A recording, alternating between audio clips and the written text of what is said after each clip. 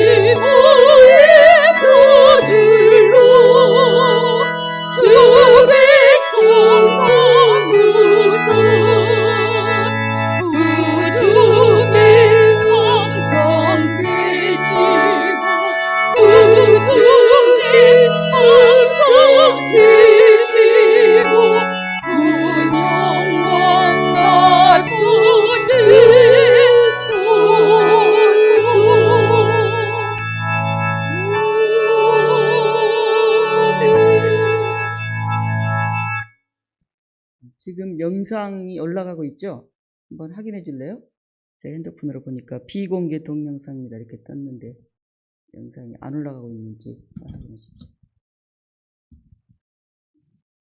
아마 본인 핸드폰으로 한번 열어보시면 좋을 것 같으네요. 네, 함께 신앙 고백 사도신경으로 하시겠습니다. 나는 전능하신 아버지 하나님 천지의 창조주를 믿습니다. 나는 그의 유일하신 아들 우리 주 예수 그리스도를 믿습니다. 그는 성령으로 잉태되어 동정녀 마리아에게서 나시고 본디오 빌라도에게 고난을 받아 십자가에 못 박혀 죽으시고 장사된 지 사흘 만에 죽은 자 가운데서 다시 살아나셨으며 하늘에 오르시어 전능하신 아버지 하나님 우편에 앉아 계시다가 거기로부터 살아있는 자와 죽은 자를 심판하러 오십니다. 나는 성령을 믿으며 거룩한 공교회와 성도의 교제와 죄를 용서받는 것과 몸의 부활과 영생을 믿습니다. 아멘. 찬송가 84장 함께 부르시겠습니다.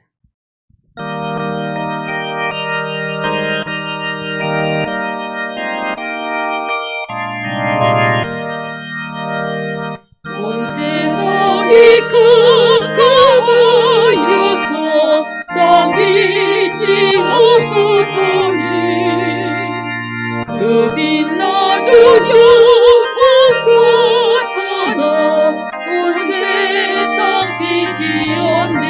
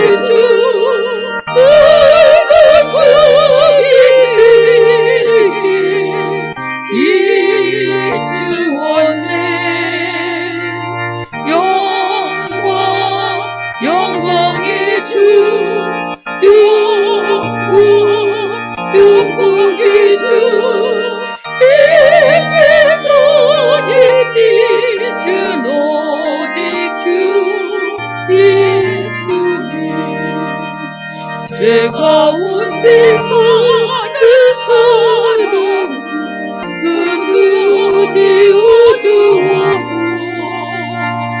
그제야 그치는 날엔 그 눈이 밝아지네. 영광의 주 영광의 주 붉은 눈이 비추었네. 영광의 주 영광의 주 이 세상에 빛은 오직 주 예수님. 아멘. 교독문 31번, 시편 68번 교독 함께 하시겠습니다.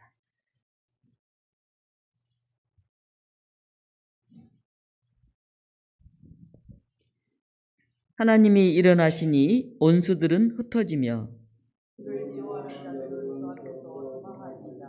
연기가 불려가듯이 그들을 몰아내소서. 불 앞에서 이 녹음같이 악인이 하나님 앞에서 망하게 하소서. 의인은 기뻐하여 하나님 앞에 뛰놀며 기뻐하고 즐거워할지어다.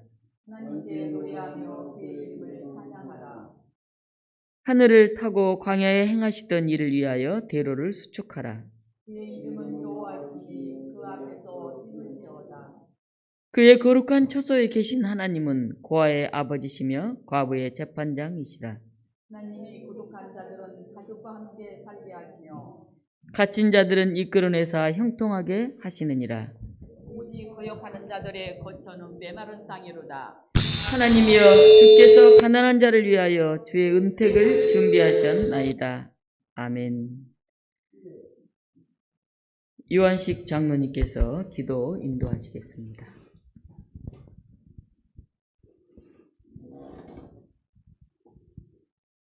자비로우신 하나님, 하나님의 은혜 가운데 4월 마지막 주 주일을 맞이했습니다. 지금까지 인도하신 하나님, 다시 주어질 새로운 한 달도 주님의 은혜로 충만하게 하옵소서. 특별히 여호수아에게 권고하셨던 그 말씀처럼 하나님의 기록된 말씀에 좌로나 우로나 치우치지 않고 하나님 말씀을 따라 걷고 행하는 삶을 살아가게 하여 주시옵소서. 은도 내 것이요 금도 내 것이라 말씀하신 주님, 모든 것이 주님의 것이며 부와 명예도 주님의 것임을 믿습니다. 그러나 인간으로서 어찌할 수 없는 이 땅에 어려운 이들이 참 많습니다. 그들이 이 땅에서 살아가는 동안 고통이나 결핍으로 인해 아파하지 않도록 하여 주시고 우리들에게도 함께하는 넉넉한 마음을 갖게 하여 주시옵소서. 우리의 교회가 사랑의 공동체 되기를 원합니다. 소유보다 나누기를 즐겨하며 모으기보다 베풀기를 즐겨하는 교회 되게 하옵소서. 어려운 자들을 사랑하셨던 주님처럼 우리 또한 이웃의 빈곤과 관심을 갖게 하여 주시고 환우들을 돌보며 그들을 치료하셨던 예수님처럼 우리도 또한 주변에 병들고 지친 영혼들에게 마음을 나누고 사랑을 나누며 그들을 위해 기도하는 교회가 되게 하여 주시옵소서. 예배드리기를 기뻐하시는 주님, 예배가 회복되기를 원합니다. 주일이 기다려지며 말씀이 기대가 되며 하나님의 놀라운 사랑을 마음으로 깊이 깨달아지는 예배의 시간이 되기를 원합니다. 갈급한 심령을 가지고 주님 앞에 나온 주의 백성들에게 성령의 담비를 내려주시고 단위에 서신 목사님을 통해 하나님의 원하시는 말씀을 전하게 하시고 말씀을 통해 우리의 심령이 회복되며 하나님의 위대하심을 가슴으로 확신하는 시간이 되게 하옵소서. 오늘 모든 예배의 시종을 주님께 맡겨오며 예수님 이름으로 기도드립니다. 아멘.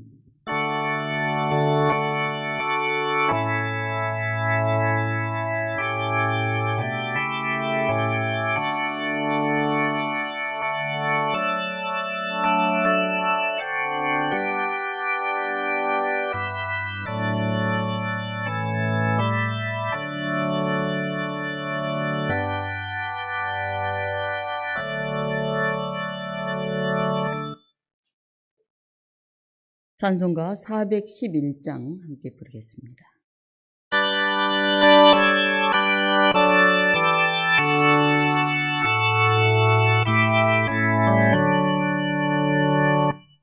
내 맘속에 잠기 평화인데 주 예수가 주신 평화 시험 닥쳐와도 흔들리지 않아 우기는 그의 평화가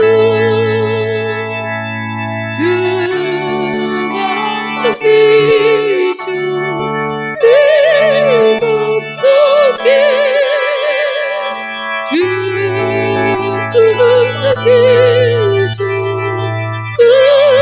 계셔 주도 이번에 계셔 외로우시네 오직 그 주를 나살까 이 귀한 평화 믿음을 떠보니 이 슬픔이 사라지고 마음의 기쁨 넘쳐 주를 찬양하네 그 평화의 행복에서 주가 항상 계셔 내 맘속에 주가 항상 계셔 어디보다 주가 이번에 계셔 외로우시네 어찌 내가 주를 떠나살까 주 날개 아래 내 구원을 보고 이 보기를 빛내리라 기쁜 그날이 후 주를 만나뵐 때 그 평화 영원하리 주가 항상 계셔 내 맘속에 주가 항상 계셔 어디보다 주가 이번에 계셔 외로우시네 어찌 내가 주를 떠나살까.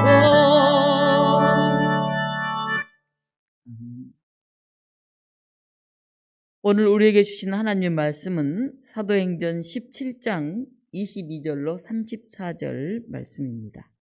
사도행전 17장 22절로 34절 말씀, 우리 교독으로 함께 한번 읽어볼까요? 네. 신약성경 218쪽에 있습니다. 제가 22절 읽습니다. 바울이 아레오바고 가운데 서서 말하되 아덴 사람들아 너희를 보니 범사에 종교심이 많도다.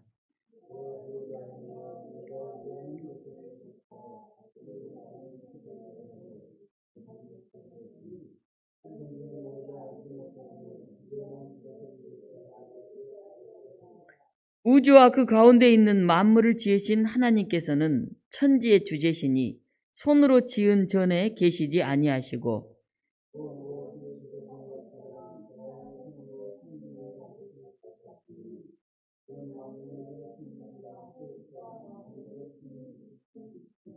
인류의 모든 족속을 한 혈통으로 만드사 온 땅에 살게 하시고 그들의 연대를 정하시며 거주의 경계를 한정하셨으니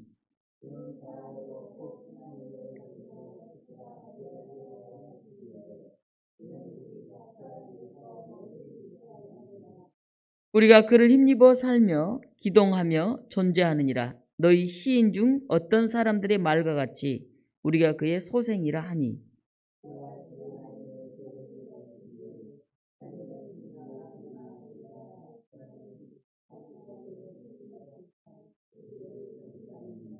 알지 못하던 시대에는 하나님이 간과하셨거니와 이제는 어디든지 사람에게 다 명하사 회개하라 하셨으니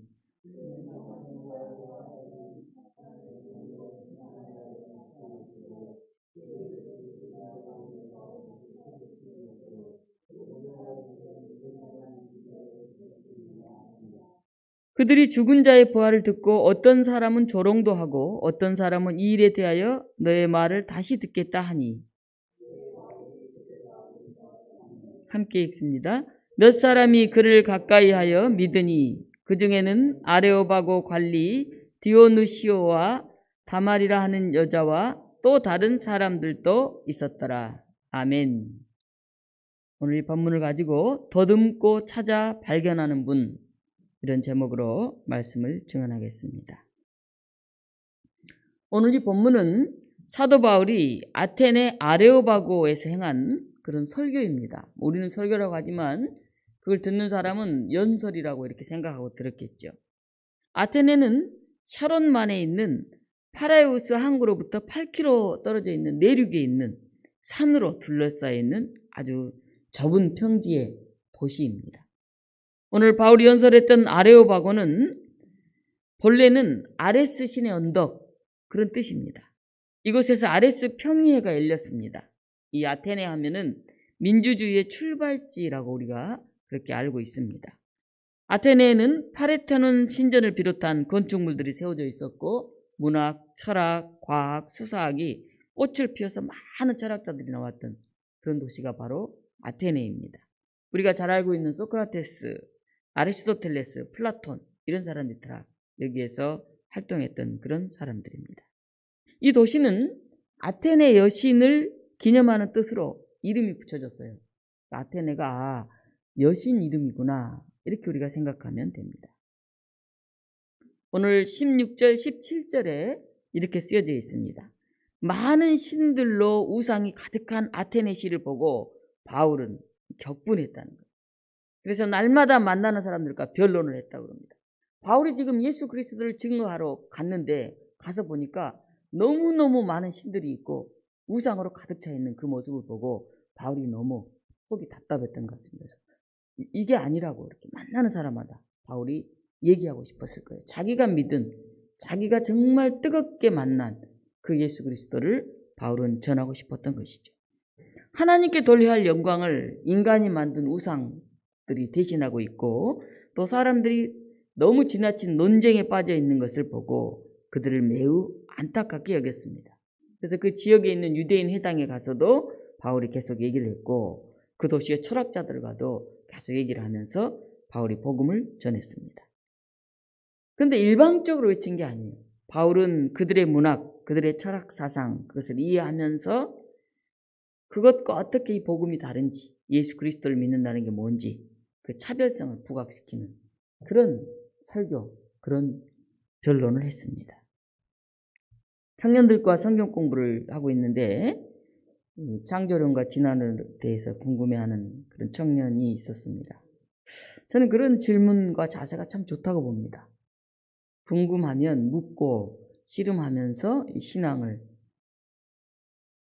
틀을 만들어내고 이해해가는 그런 자세가 저는 필요하다고 봅니다.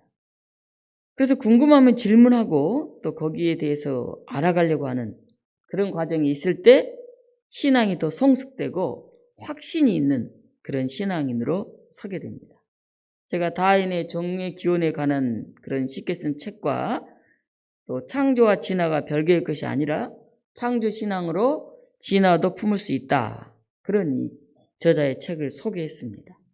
그리고 저도 예전에 이제 읽고 정리한 내용인데 최근에 또 어떤 내용들이 나와 있나 이렇게 보면서 이 창조 신앙 진화론에 대한 책 2권을 다시 사서 다시 한번 보고 있습니다. 그냥 무조건 믿으면 되는 게 아닙니다. 이렇게 눌러 놓을 뿐이지 궁금증이 다시 살아납니다. 그래서 난 정리가 안 됐는데 그게 뭐지? 이런 생각이 자꾸 들어요. 그러다 보면 어떻게 될까요? 이 젊은 사람들은 그게 잘 정리가 되지 않으면 믿어지지가 않고 받아들여지지가 않습니다. 예전 시대하고는 다르죠. 그래서 토론도 하고 연구도 하면서 자기의 생각을 정리해 가야 됩니다. 내가 믿는 신앙, 내가 생각하는 창조, 그리고 과학적으로 배우는 진화, 이게 어떤 관계 속에서 어떻게 되어가고 있는지 그걸 이해할 수 있는 그런 과정들이 필요합니다. 바울이 그리스 사람들에게 복음을 전하는 방식이 참 지혜롭다 하는 생각이 듭니다. 오늘 22절에 보면 바울이 이렇게 말합니다. 범사에 종교심이 많도다. 그렇게 말해요. 범사에 종교심이 많다. 지금 그리스가 어떻습니까? 너무 많은 신들이 있잖아요. 어찌 보면 잡신들이, 너무너무 신들이 많아요. 수많은 신들이 있습니다. 또 종교에 굉장한 애착심을 가지고 있는 종교적인 심성이 있는데 반대로 얘기하면 너무 미신적이고 너무 우상적인 거죠. 23절에 이렇게 말하죠. 내가 두루 다니며 너희가 위하는 것들, 예배하는 것들, 조각상, 신상 이런 걸 말하죠. 그걸 보다가 알지 못하는 신에게라고 새긴 단도 보았으니 알지 못하는 신에게까지 예배를 드려야 됩니까? 모르는 거죠. 바울이 볼 때는 이 아테네 사람들이 종교성이 굉장히 미신적이고 과도한 면이 있다 이렇게 생각했던 것 같아요. 그런데 뭐라고 말합니까? 범사에 종교심이 많도다 이렇게 얘기를 시작을 합니다. 그런데 최근 들어서 학자들이 아테네에 가서 쭉 조사해 보니까 알지 못하는 신들에게 이렇게 문자 그대로 새겨진 그런 제단은 발견하지 못했다 그래요. 단지 이런 제단이 있었다고 합니다. 아시아 유럽의 신들에게, 알려지지 않은 아프리카의 신들과 외국의 신들에게 이렇게 봉헌된 그런 제단이 있었다고 합니다. 그러니까 알려지지 않는 외국의 신들에게까지 봉헌을 하니 바울이 볼 때는 알지 못하는 신들에게 그렇게 봉헌을 한다 생각했던 것 같습니다.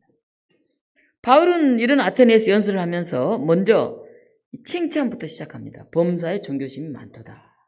아마 우리 같으면 당신들 이렇게 우상을 믿으면 됩니까? 알지 못하는 신에게까지 이렇게 제사하는 게 이게 있을 수 있는 일입니까? 이렇게 시작했을 것 같은데 당신들이 범사에 종교심이 많습니다. 이렇게 긍정적으로 표현하면서 말씀을 듣게 합니다.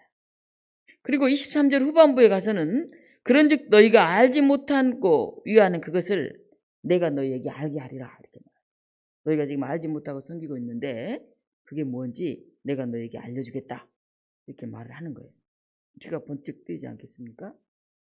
오늘 바울의 설교의 가장 핵심적인 실제 설교 내용은 24절로 31절이 바울의 설교 내용이에요. 바울은 아레오바고 설교를 하면서 구약 성경의 가르침에 대해서 얘기를 하고 그리고 그리스 사상가들의 말을 거기에 몇 마디 섞어가면서 그렇게 얘기를 합니다. 우리 24절부터 28절 같이 한번 읽어보겠습니다. 24절부터 28절까지 우주와 그 가운데 있는 만물을 지으신 하나님께서는 천지의 주제시니 손으로 지은 전에 계시지 아니하시고 또 무엇이 부족한 것처럼 사람의 손으로 섬김을 받으시는 것이 아니니 이는 만민에게 생명과 호흡과 만물을 친히 주시는 이심이라. 인류의 모든 족속을 한 통속으로 만드사 온 땅에 살게 하시고 그들의 연대를 정하시며 거주의 경계를 한정하셨으니 이는 사람으로 혹 하나님을 더듬어 찾아 발견하게 하려 하심이로되 그는 우리 각 사람에게서 멀리 계시지 아니하도다. 우리가 그를 힘입어 살며 기동하며 존재하느니라. 너희 시인 중 어떤 사람들의 말과 같이 우리가 그의 소생이라 하니. 무슨 말입니까? 바울이 아테네 사람들에게 말해요. 하나님 천지를 만드신 분이기 때문에 사람들이 손으로 만든 그런 것 가운데 있지 않다. 그런 우상 같은 것과 다르다. 또 하나님 부족한 게 없는 분인데 사람에게 무엇을 받으려고 하시는 분이 아니다. 만물에게 생명을 주신 분이 바로 하나님이시다. 그래서 사람들이 하나님을 더듬고 찾고 발견해라. 그리고 우리 하나님을 힘입어서 살면서 움직이면서 존재하라. 이렇게 바울이 말합니다. 옛날 사람들은 신에게 제물로 고기를, 동물을 잡아 바치고 또 사람까지도 바치는 그런 인신 제사들이 많았죠. 신을 달래가지고 뭐 풍랑이 일거나 폭풍이 오거나 이러면은 신을 달래기 위해서 막 제사를 드리고 자기의 안녕과 평화를 빌었죠. 바울이 얘기하죠. 우리 하나님은 그런 분이 아니다. 뭐 그런 게 필요해서 짐승을 잡아 바쳐라 뭘 해라 이렇게 말하는 분이 아니다 하는 것입니다. 인간들이 하나님을 더듬고 찾고 발견해야 된다. 인간 스스로가. 구약시대에도 하나님이 뭐 필요해서 짐승을 받으신 게 아니라 사람들이 스스로 자기들의 죄를 이 세상에 살면서 정말 부끄러웠던 것들을 참회하고 하기 위해서 피를 하나님께 드렸던 것이죠. 짐승의 피를. 이 그리스에서는 3만이 넘는 너무너무 많은 신들이 있었어요. 아까 봐요.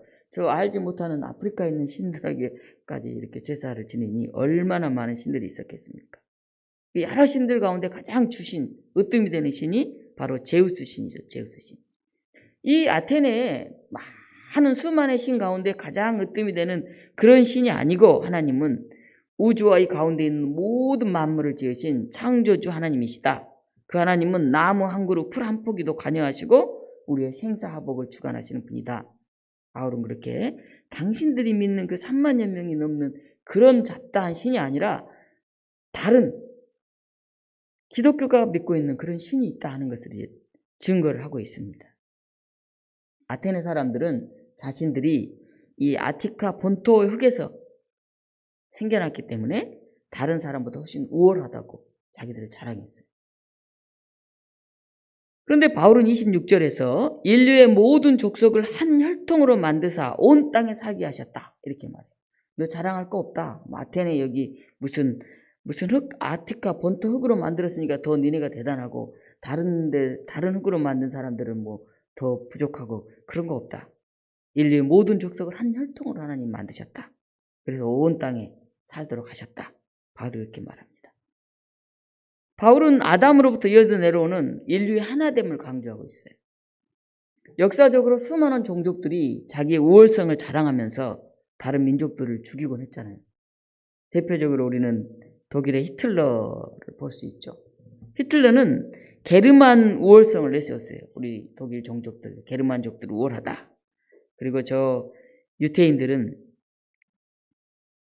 문제가 많은 종족이다. 그래서 다 가스신으로 죽였잖아요. 사실 세계 대공황 시절에 고리대금으로 부를 축적하던 유대인들의 이 재산을 몰수하고 싶었던 그런 야심이 있었고 또 불황으로 너무 백성들이 힘들어하니까 국민들이 그들의 불만을 유대인들로 돌리기 위해서 이렇게 유대인을 학살했다 하는 얘기가 있습니다. 창세기 9장에 나오는 이야기를 각색해서 이런 얘기가 전해옵니다.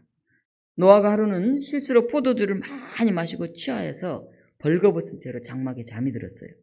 근데 그의 아들 중에 이 가나안이라고도 함이라고도 부르죠. 함이 갔다가 아버지의 하체를 보고는 밖으로 나가서 두 형제에게 아버지가 말이야 술이 이렇게 취해가지고 벌거벗고 막 이렇게 잠들었다고 막 이렇게 알렸죠.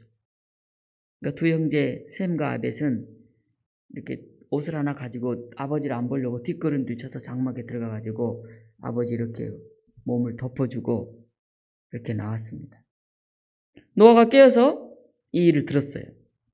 그래서 이 가나안 함에게는 이 저주를 받아서 너는 그걸 아버지가 부끄러운 모습을 하고 있으면 그걸 가리고 덮을 생각을 해야지 그걸 나가서 막 외치고 다니면 되겠냐 해서 저주를 받아서 너는 저들의 종이 될 거다. 너는 형제들의 그렇게 얘기를 했습니다.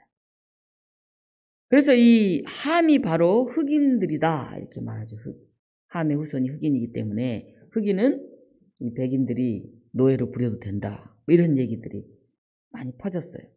셈족이 황인족의 조상이고 함은 흑인족이고 야벳은 백인족의 조상이기 때문에 이 아버지를 함부로 나쁘게 소문을 낸 그 아들의 조상인 흑인들은 백인과 황인들의 노예로 부려도 된다. 이런 생각들이 많이 있었던 거죠. 근데 성경에는 구체적으로 이 사람이 흑인종이다 이렇게 딱 구분되어 있지 않아요. 보통 사람들은 힘이 있는 사람, 강한 사람 입장에서 합리화하면서 해석을 합니다. 역사를. 근데 사실 성경에는 하나님이 온 세상 사람들 한 혈통으로 만드셨고 천하를 공의로 심판하신다. 온 인류를 같이 사랑하신다. 아니 오히려 힘이 없고 연약한 사람들을 더 관심을 가지고 더 돌보신다. 이게 성경에 나와 있는 사실 내용이죠. 하나님이 이스라엘이라는 나라를 택하셔서 하나님이 어떻게 사람들과 섭리하시는지 그걸 기록하게 하신 게 이 구약 성경 아닙니까? 그런데 이스라엘은 지금은 작지만 힘센 나라잖아요. 근데 하나님이 성경을 기록하도록 했던 그런 시절에는 이스라엘은 정말 별 볼 일 없는 나라였죠. 애굽에서 종살이 하고 있던 그런 사람들이었죠. 그런 사람들을 불러내서 광야에서 40년 동안을 훈련하고 하나님을 알게 하고 그 많이 배반하고 결국은 그들이 민족을 이루어서 이제 하나님의 뜻대로 사는 그런 민족이 되지 않습니까? 그런데 또 그들이 신약 시대에도 오면은 굉장히 로마로부터 박해를 당하고 아주 어려움에 처해서 살아가는 민족이 바로 이스라엘입니다. 그러나 그들이 땅 끝까지 이르러 복음을 전하라 예수님이 이렇게 명령을 하셨어요. 근데 그 명령에 그들이 순종하지 않고 우리 유대인들은 선민이다. 우리 유대인들은 특별한 사람들이다. 우리 유대인은 하나님 택한 사람 이렇게 자만하게 살다가 나중에 그들이 가스실로 보내지는 그런 어마어마한 일을 당했죠. 어찌 보면 잘난 척하는 모습이 싫었을 수도 있죠. 무슨 니네 유대인이 대단하냐? 우리 게르만 민족이 훨씬 대단하지. 히틀러는 그렇게 얘기를 했습니다.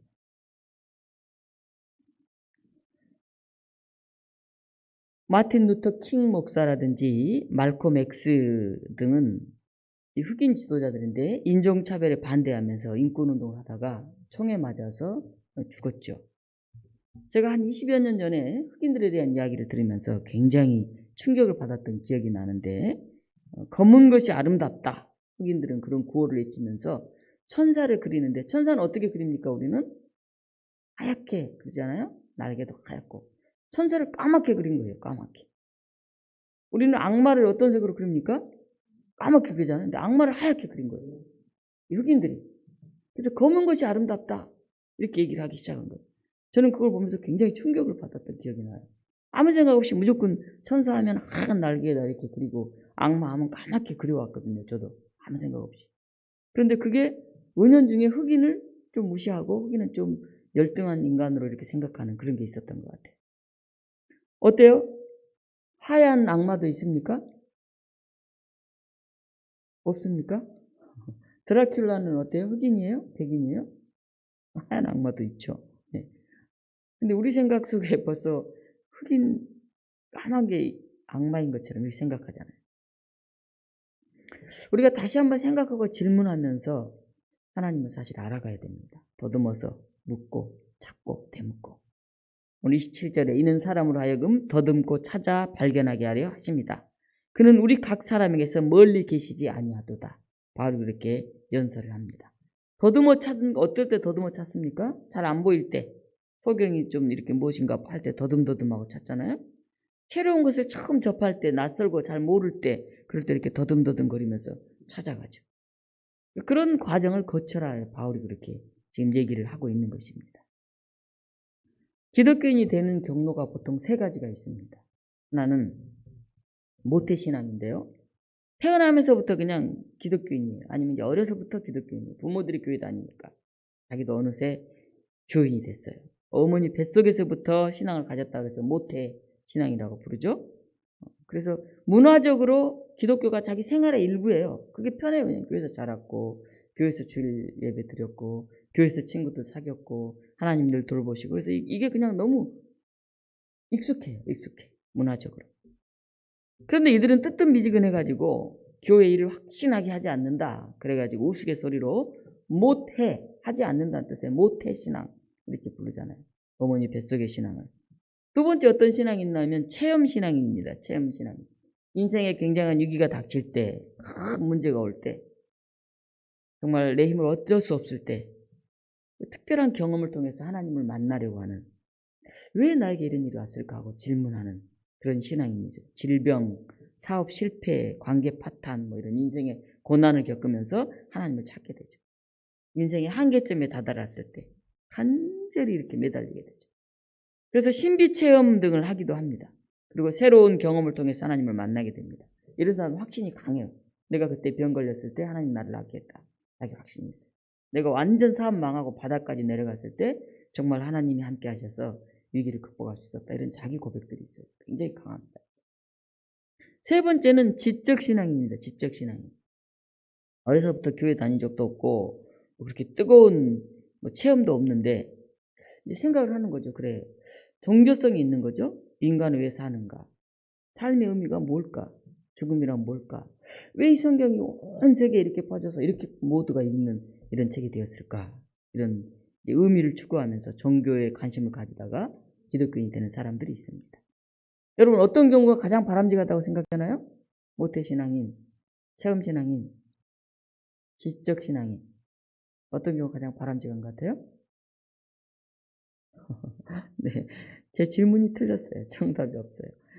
왜냐하면 이 셋 중에 어떤 게 더 좋다 이렇게 얘기하기 어렵습니다.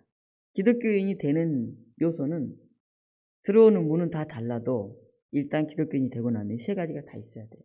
어느 하나가 다가 아니에요.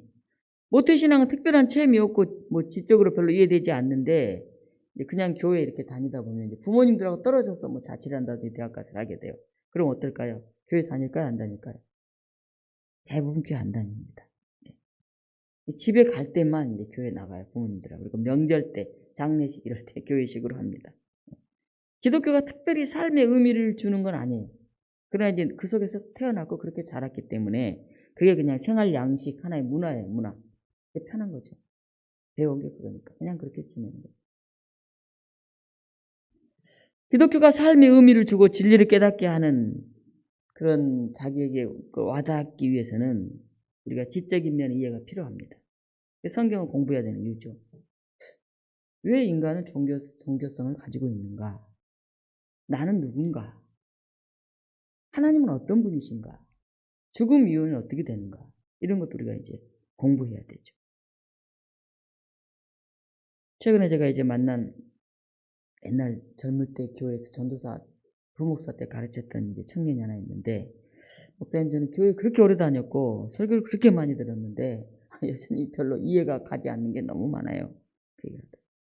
그래서 부모님들 계실 때는 교회를 좀 나가다 말다 했는데 이제 혼자 되니까 참 별로 여전히 질문이 많아요. 근데 교회에서는 그렇게 물어보지 못해요. 그런 걸 물어보면 믿음이 없다고, 신앙이 없다고, 이렇게 기도하라고 이렇게 하니까 말을 못해요. 그런 얘기를 하는 걸 들었어요. 프란시스 셰퍼가 이런 말을 했습니다. 솔직한 질문을 하면 솔직한 답변이 주어진다. 그러니까 정말 자기가 정말 고민하고 정말 실망하는 것을 진지하게 질문을 하게 되면 거기에 대한 답변을 우리가 얻을 수 있다는 거죠. 질문하지 않게. 아니, 우리 사회는 아무 말 하지 말고 잠잠하게 가만히 있어. 이렇게 하는 사회인지도 몰라요. 생각하지 마. 이렇게 하는지도 모르겠어요. 그러니 답을 잘 들을 수가 없죠. 그래서 믿지 못하면서도 그냥 지나가죠. 그냥. 그러니까 신앙이 정리가 되지 않죠. 우리는 신앙에 대해서, 역사에 대해서, 인생에 대해서 묻고 또 물어야 돼요. 진리를 찾아가야 돼요. 내가 믿고 있는 게 진짠가? 이게 옳은가? 우리는 그것을 늘 되물어야 됩니다. 생각하지 않고 질문하지 않는 사람은 누군가 얘기해 주는 거 그걸 그냥 그렇게 대충 따라가는 거죠. 그래서 극단적으로 우리 나라에서 그런 얘기를 한 공무원이 있잖아요. 개돼지 같아. 국민들은 개돼지야. 그냥 먹을 것만 좀 주면 적당하게 하면 금방 잊어버리고 조금 이 시간만 지나가면 돼. 이런 얘기 했다가 이제 해고된 공무원이 하나 있었잖아요. 교육을 담당하는 사람. 우리가 아무 생각하지 않고 그냥 좀 먹을 거 있으면 그냥 적당히 이렇게 따라가다 보면 정말 한 인간으로서 자기는 누구인지 어디서 왔는지 이걸 묻지 않고 살다 보면 개돼지 같은 그런 삶을 살기 쉽다 하는 것입니다. 무서운 얘기죠. 기독교를 어떤 식으로 알게 되었던지 간에 이 세 가지는 통합이 되어야 됩니다. 지적으로 출발한 사람은 어느 정도 이해가 되면 하나님의 역사하심에 대한 그런 체험이 필요하죠. 그리고 그것이 자기 삶의 문화로 자리매김을 해야 되죠. 문화. 체험으로 접근한 사람은 그 문제가 딱 해결되고 나면 그 뜨거운 체험이 싹 식어버리기 쉬워요. 병이 나으려고 막 기도하고 몸부림쳐서 이제 병이 나았어요. 몇 년 지나고 나면 언제 그랬느냐 뜻이 돌아가기 쉽습니다. 계속 그런 체험을 해야만 살 것 같으니까 막 인위적으로 그렇게 막 체험 만들어가기도 합니다. 그 뜨거운 경험이 이성적으로 이해될 수 있도록 나의 그 체험이 어떤 의미가 있었는가를 그걸 다시 정리를 해야 돼요. 그래야 그게 자기게 됩니다. 그래야 다른 사람하고도 합리적으로 대화를 할 수 있어요. 근데 막 체험만 얘기하면 다른 사람이 들을 때 저 사람 좀 이상한 것 같아. 뭐 좀 말이 안 통해. 그렇게 얘기를 하죠. 체험도 있고 지적으로 이해가 됐다고 하면 이런 게 몸에 배어야 되죠. 몸에. 그걸 생활신앙인이라고 그래요. 그래야 어디서나 기독교인답게 살 수가 있어요. 모태의 신앙인답게 생활신앙인처럼 그렇게 살 수가 있죠. 이 세 가지는 서로 연결이 되어 있어요. 생활신앙, 삶의 양식, 그 다음에 지적인 이해, 그리고 하나님에 대한 체험. 이 세 가지가 될 때만이 신앙이 온전하게 설 수가 있습니다. 여러분은 하나님을 알아가고 만나가는 데 있어서 나는 뭐가 부족한가 자신을 한번 보시기 바랍니다. 바울은 계속해서 설교합니다. 28절입니다. 너희 시인 중 어떤 사람들의 말과 같이 그를 힘입어 살며 기동하며 존재하느니라. 바울이 설교하면서 아테네 사람들이 다 알아들을 수 있는 그런 이야기들을 해요. 여기는 크레타 시인 에피메니데스의 시에 나오는 이야기예요. 제우스의 아들 미노스가 그의 부친에게 경의를 포함해서 하는 그런 이야기의 내용입니다. 28절에도 보면 우리가 그의 소생이라 하니, 이것도 갈리기아 시인 아라투스의 시 페노메나에 나오는 말이에요. 우리가 그의 소생이다 하는 말이에요. 그러니까 시를 지금 응용하면서 얘기를 하고 있는 거예요. 바울은 이 헬라의 학문이나 문학에도 굉장히 능숙하죠. 예수 그리스도만 그냥 전하는 게 아니죠. 그래서 그들의 알아들을 수 있는 그들의 시, 그들의 문학에 나온 얘기로 이제 하나님을 설명하고 있죠. 바울은 유대인으로 지금의 터키에 위치한 길기리아 다소에서 태어났어요. 근데 그 지역이 로마에 편입이 되면서 바울은 나중에 로마 시민권을 가지게 되고 이방 지역과 언어와 문화에도 굉장히 익숙하게 됩니다. 그래서 바울은 특별히 이 그리스 사람들, 로마 사람들에게 복음을 전하는 것을 자기의 사명으로 삼았어요. 이 유대에는 사도들도 있고 복음을 전할 사람이 많으니 나는 소아시아라든지 유럽, 이방 지역에 가서 예수 그리스도를 증거하는 그런 사도가 되겠다 생각하고 이제 그렇게 복음을 전하고 다녔죠. 오늘 30절, 32절 말씀 우리가 한번 같이 읽어볼까요? 30절, 32절. 알지 못하던 시대에는 하나님이 간과하셨거니와 이제는 어디든지 사람에게 다 명하사 회개하라 하셨으니 이는 정하신 사람으로 하여금 천하를 공의로 심판한 날을 작정하시고 이에 그를 죽은 자 가운데서 다시 살리신 것으로 모든 사람에게 믿을 만한 증거를 주셨음이니라 하니라. 하나님이 간과하셨다 그런 말이 나오죠. 알지 못하던 시대에 복음을 듣지 못해서 하나님을 알지 못하던 그런 시대에는 하나님이 간과했다. 옛날에 이제 이런 질문을 하잖아요. 우리나라에 복음이 전해지기 전에 열심히 성실하게 살았는데 예수님을 알지 못하고 죽은 사람은 다 지옥에 갑니까? 뭐 이런 질문들을 하잖아요. 근데 오늘 성경에는 알지 못하던 시대, 아직 복음이 들어오지 않아서 그들이 하나님을 알지 못하던 그 시대에는 하나님 그래서 그냥 간과하셨다. 이걸 보고 그들의 양심에 따라서 뭐 심판하셨다. 뭐 이런 얘기도 하죠. 나중에 다른 기절에는 간과하셨지만 이제는 복음이 다 전해졌고 예수 그리스도 우리가 다 알 수 있는데 마음을 열지 않고 받아들이지 않는 사람들은 이제 회개하라. 그 사람들은 예수 그리스도로 인해서 그 의에 의해서 심판을 받게 된다. 이런 얘기를 지금 하고 있는 것입니다. 그리스 사람들은 인간 영혼의 존재는 믿었어요. 인간 영혼이 있다. 그러나 이 몸의 부활은 부정했습니다. 이 육체는 굉장히 속되고 악한 것이라고 느꼈어요. 영혼만 거룩하다 이렇게 생각을 했죠. 그래서 그리스도의 십자가나 부활 이것을 헬라인들은 어리석은 것으로 여겼다. 고린도전서에는 그렇게 쓰여져 있습니다. 오늘 32절도 그들이 죽은 자의 부활을 듣고 어떤 사람은 조롱도 하고 참 무슨 죽은 사람이 살아났다 그래. 아이 조롱. 지금도 뭐 그렇죠. 어떤 사람은 이 일에 대하여 너의 말을 다시 듣겠다. 그래? 한번 다시 난 들어봐야 되겠다. 이런 사람도 있었다는 거죠. 34절 우리가 같이 읽습니다. 몇 사람이 그를 가까이 하여 믿으니 그 중에는 아레오바고 관리 디오누시오와 데말이라 하는 여자와 또 다른 사람들도 있었더라. 어때요? 바울이 열심히 복음을 전했는데 받아들인 사람이 있었나요? 없었나요? 있었잖아요. 받아들인 사람. 흔히 이제 어떤 분들은 이 기절을 가지고 말을 하면서 이렇게 막 논리적으로 철학적으로 설교하는 것은 별로 안 좋고 그냥 체험적으로 복음을 탁 전해야 된다 이렇게 이제 말하는 사람도 있어요. 근데 사실은 바울은 그들이 이해할 수 있는 언어를 가지고 부드럽게 얘기했지만은 아주 핵심, 복음의 핵심을 말한 거예요. 근데 그 중에 몇 사람은 그걸 받아들였다는 거예요. 그래서 이게 바울의 선교가 실패한 것이 아니라 아테네에 복음의 교두보를 확보했다. 선교의 씨가 뿌려졌다. 이렇게 봐야 됩니다. 하나님 사역의 성공과 실패는 많은 사람이 몇천 명이 믿었느냐 이런 게 중요한 게 아니에요. 그 말, 그 사역 자체가 하나님 말씀에 근거하고 있느냐 이게 중요합니다. 사진 한 장 볼까요? 아레오바고 언덕에 가면 거기에 이런 비문 같은 게 새겨진 저게 뭐냐 하면 바울이 했던 설교예요. 설교. 바울이 했던 설교문이 지금 아레오바고에 이렇게 딱 여기 붙어 있어요. 무슨 얘기일까요? 바울이 여기에 복음을 씨앗을 뿌려서 소수의 사람들이 믿었지만은 이곳에 예수 그리스도를 다 알게 됐다는 얘기 아니겠어요? 그렇게 새겨서 박아놨어요.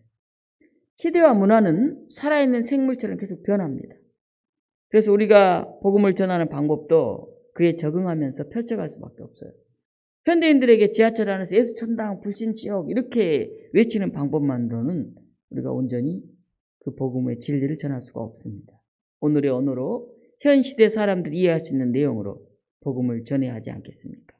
다종교 사회에서 기독교를 알리는 방법 중 하나는 기존의 철학, 기존의 사상과 이 기독교의 차이점이 뭐가 다른지 이걸 전하는 거죠. 때로는 논리적으로 전해야 되고 때로는 체험적으로 우리가 전해야 되죠. 바울의 설교는 소수지만은 바울을 그 말을 듣고 기독교를 받아들인 예수 그리스도를 믿게 된 사람들이 있었다 하는 것을 우리는 기억해야 합니다. 종교를 가지고 있거나 종교를 가지고 있지 않거나 사람은 다 종교적인 존재예요.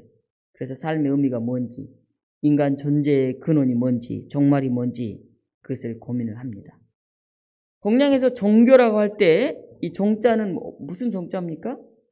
종교할 때 종자. 마루 종자예요. 마루종. 마루는 저 끝에 있는 근본적인 가르침, 으뜸이 가는 가르침이라는 뜻입니다. 마루, 종교는.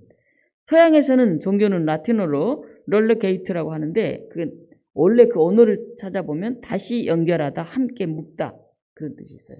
연결하다, 묶다. 우리가 제사장 역할을 담당했던 12지파 중에 한 지파는 무슨 지파입니까? 레이 지파잖아요. 레이라는 말이 바로 연합하다 그런 뜻이에요. 연합하다.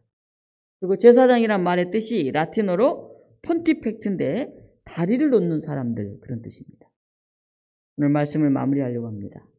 우리의 신앙은 하나님을 향해 끊임없이 나아가는 거예요. 더듬고 찾아 그분의 뜻을 발견하고 이해하면서 나아가는 겁니다. 그래서 사람과 사람을 연결하고 문화와 문화를 연결하고 역사와 역사를 이어주면서 결국은 하나님과 사람을 연결하는 데까지 이렇게 나아가는 것이 우리의 신앙입니다. 오늘 다시 한번 이 바울이 아테네에서 최선을 다해서 증거했던 그 증언을 다시 한번 되새기면서 우리는 어떻게 예수 그리스도를 사람들에게 연결하는 그런 역할을 할지 고민하는 그런 한 주간이 되었으면 좋겠습니다. 기도하겠습니다. 사랑의 하나님, 우리가 여러 경로로 우리는 이 자리에 있습니다. 모태신앙인도 있고 어떤 체험을 통해서 이 자리에 온 사람도 있고 또 정말 그 본질을 알고 싶어서 궁금해하면서 여기 있는 사람들도 있습니다. 때로는 우리의 외로움이나 우리의 질병이나 그런 문제들 때문에 이곳에 찾아왔던 그런 출발점을 가진 사람들도 있습니다. 하나님, 우리가 어떻게 왔든 간에 하나님을 더 더듬고 찾아 발견하고자 하는 그런 노력이 있게 하여 주시옵소서. 기도하면서 영적으로 하나님을 만날 수 있게 하시고 역사 속에서 하나님의 섭리하심을 발견할 수 있게 하시고, 그리고 우리의 가슴에 뜨거움이, 체험이 있는 그런 신앙이 되게 하셔서 우리의 모든 삶의 양식이 신앙인다운 그런 모습이 되게 하여 주시옵소서. 과거에 머무르지 않게 하시고 고정관념에 매이지 않게 하시고 끊임없이 새로운 눈으로 새로운 시대에 하나님의 복음을 증거하는 저희들이 되게 하여 주시옵소서. 예수 그리스도 이름으로 기도하옵나이다. 아멘. 이렇게 말씀송 부르도록 하겠습니다.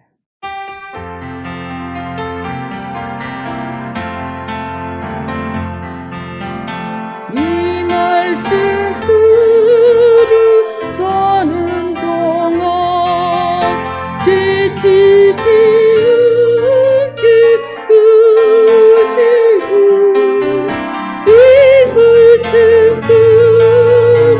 들으서는 동안 주님 이루소서.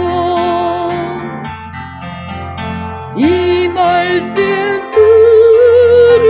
들으서는 동안 지치지 않게 하시고 이 말씀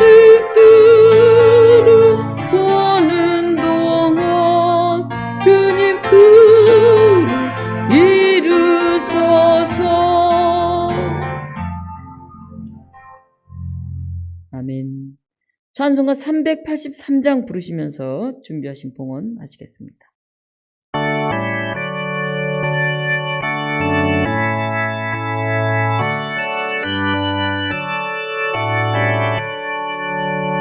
눈을 들어 산을 보니 더욱 크기 서거나 전지지은 주 하나님 나를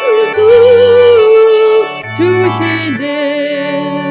그의 주께 주는 택한 백성 항상 지켜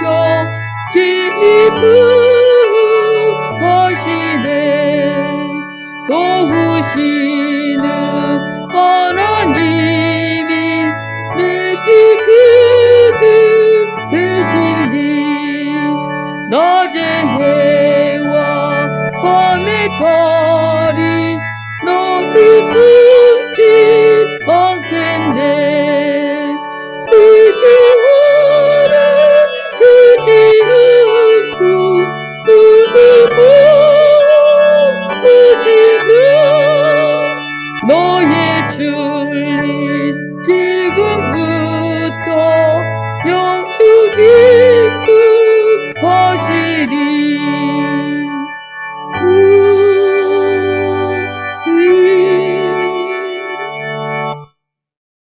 이 시간 알림과 교제 시간입니다. 오늘 부활절 넷째 주일인데 온 만물이 푸르게 생동하는 이 봄에 우리가 부활의 소망을 증거할 수 있는 그런 사람들이 되었으면 좋겠습니다. 지난 수요일날 우리 청년들하고 이 성경 공부 모임을 갖고 있는데요. 우리 중국에 가 있는 시은이가 참석을 했더라고요. 그래서 줌에서 서로 얼굴을 마주 보는데 참 이게 온라인 좋기도 좋구나 그런 생각이 들었어요. 다 이렇게 청년들이 들어와 있는데 저기 충청도에 있는 은서 청년도 들어오고 이제 뭐 중국에 있는 시은이도 들어오고 다 들어와 있는데 다 가까이 있는 것 같은 거예요. 이 사람 중국에서 오고 이 사람 충청도에 왔다는 생각 하나도 안 드는 거예요. 그래서 이제는 진짜 세계화 하더니 이 코로나로 모든 게 다 막힌 것 같은데 오히려 더 이렇게 통하는 게 있구나 이런 생각이 들어요. 청년들은 오히려 코로나 때문에 더 충청도 또 중국에서까지 같이 만나고 있지 않나 반대로 그런 생각을 해보았습니다. 아마 오늘 영상으로 함께 그 멀리서 예배드리고 있는 우리 교우들을 기억합니다. 여러분들이 서로 얼굴은 보지 못하지만 캄보디아에서도 일산에서도 뭐 중국에서도 인천에서도 충청도에서도 다들 같이 만나주셨으면 좋겠다. 또 그렇게 함께 하고 있다. 함께 예배드리고 있다. 그런 마음을 우리가 가졌으면 좋겠습니다. 여기 나와 있는 우리들만 있는 게 아니라 이 시간 함께 들어와서 이 영상을 보면서 지금 함께 예배하고 있다. 제가 요새 예배 시간에 이제 여기 핸드폰을 이렇게 켜놔요. 그래서 제 모습이 어떻게 나오는지, 화면이 잘 안 나오는지 이렇게 잠깐 봐요. 시작할 때 보니까 이게 안 떠서 틀어달라고. 그러니까 한 번씩 봐야 돼. 사실 뒤에서 영상 하시는 분들이 그걸 꼭 확인을 해야 돼. 시작할 때. 그리고 설교 올릴 때도 제일 앞에 꼭 확인을 해야 돼요. 앞에 가고. 그래야지. 안 그러면 들어오려고 하는데 못 들어와. 아까 보니까 교인들이 못 들어왔던데 지금 보니까 여러분들이 들어와 있네요. 몇 사람이 들어와 있는지가 나오거든요. 제가 살피고 있는데 뒤에 영상 하시는 분들이 좀 관심 있게 살펴주시면 좋을 것 같아요. 제가 설교하려고 전체 살피긴 좀 어려우니까. 예, 우리 주님의 평화를 빕니다. 샬롬하고 우리 눈 인사하겠습니다. 샬롬, 주님의 평화를 빕니다. 반갑습니다. 잘 오셨습니다. 네, 다음 주일 예배 후에 우리 독립문교회 40년사 준비 모임을 하겠습니다. 우리 장로님 또 장혜영 집사님, 정다의 유승교 청년 잠깐 예배 끝나고 모이려고 그러니까 시간 내셔서 준비 어떻게 우리 교회 40년사를 만들면 좋을까 한번 생각해 보시고 오시면 좋을 것 같아요. 그래서 이제 얼마 남지 않았는데 준비를 해갔으면 좋겠습니다. 한 주간 동안 제가 해야 한 여러 가지 일들 중에 몇 가지 주보에 실려 있는데 여러분들 보시면서 늘 기도해 주셨으면 좋겠습니다. 함께 기도하시겠습니다. 좋으신 하나님, 이 시간 우리 독립문 교회에서 함께 예배드린 성도만이 아니라 또 다른 지방에서 또 다른 나라에서 우리와 함께 예배드리고 있는 교우들을 기억합니다. 그들이 비록 몸은 다른 곳에 있지만은 이 시간을 기억하면서 우리가 함께 설교를 듣고 함께 찬송을 부르고 함께 기도할 수 있는, 그래서 우리가 온 인류를 하나님이 하나로 만드셨고 한 이름으로 고백하게 하시는 것을 우리가 기억하며 하나님 앞에 서게 하여 주시옵소서. 하나님, 이 코로나19로 어려운 시절에도 저희들 이렇게 부르셔서 예배드리게 하시고 또 몸은 떨어져 있지만은 영상으로 함께하게 하신 것을 감사드립니다.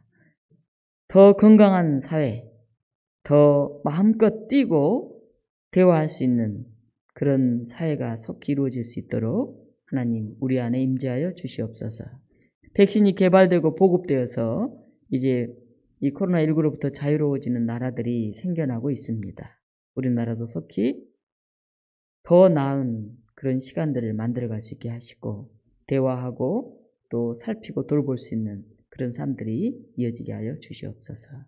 하나님, 우리의 정성을 모두어서 하나님께 예물을 드립니다. 예물을 기쁘게 받으시고 우리가 하나 되게 하는 일에, 예수 그리스도를 증거하는 일에 쓰임받을 수 있도록 역사하여 주시옵소서. 예수 그리스도 이름으로 기도하옵나이다. 아멘. 찬송가 445장 함께 부르시겠습니다.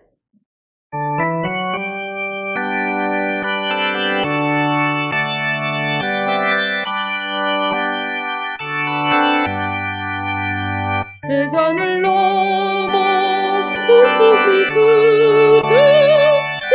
예수께로 부르짖으며 주께서 항상 지키시기를 약속해 볼 수 있으옵네. 하늘의 영광 너의 맘속에 할렐루야를 힘주기 불러 영광의 주를 주기를 깜깜한 밤에 부딪히려도 주께서 그의 이르시고 나에게 밝은 빛이 비시니 들리는 우리 주님이 오늘의 영광 너의 맘속에 주고도 할렐루야를 비추기를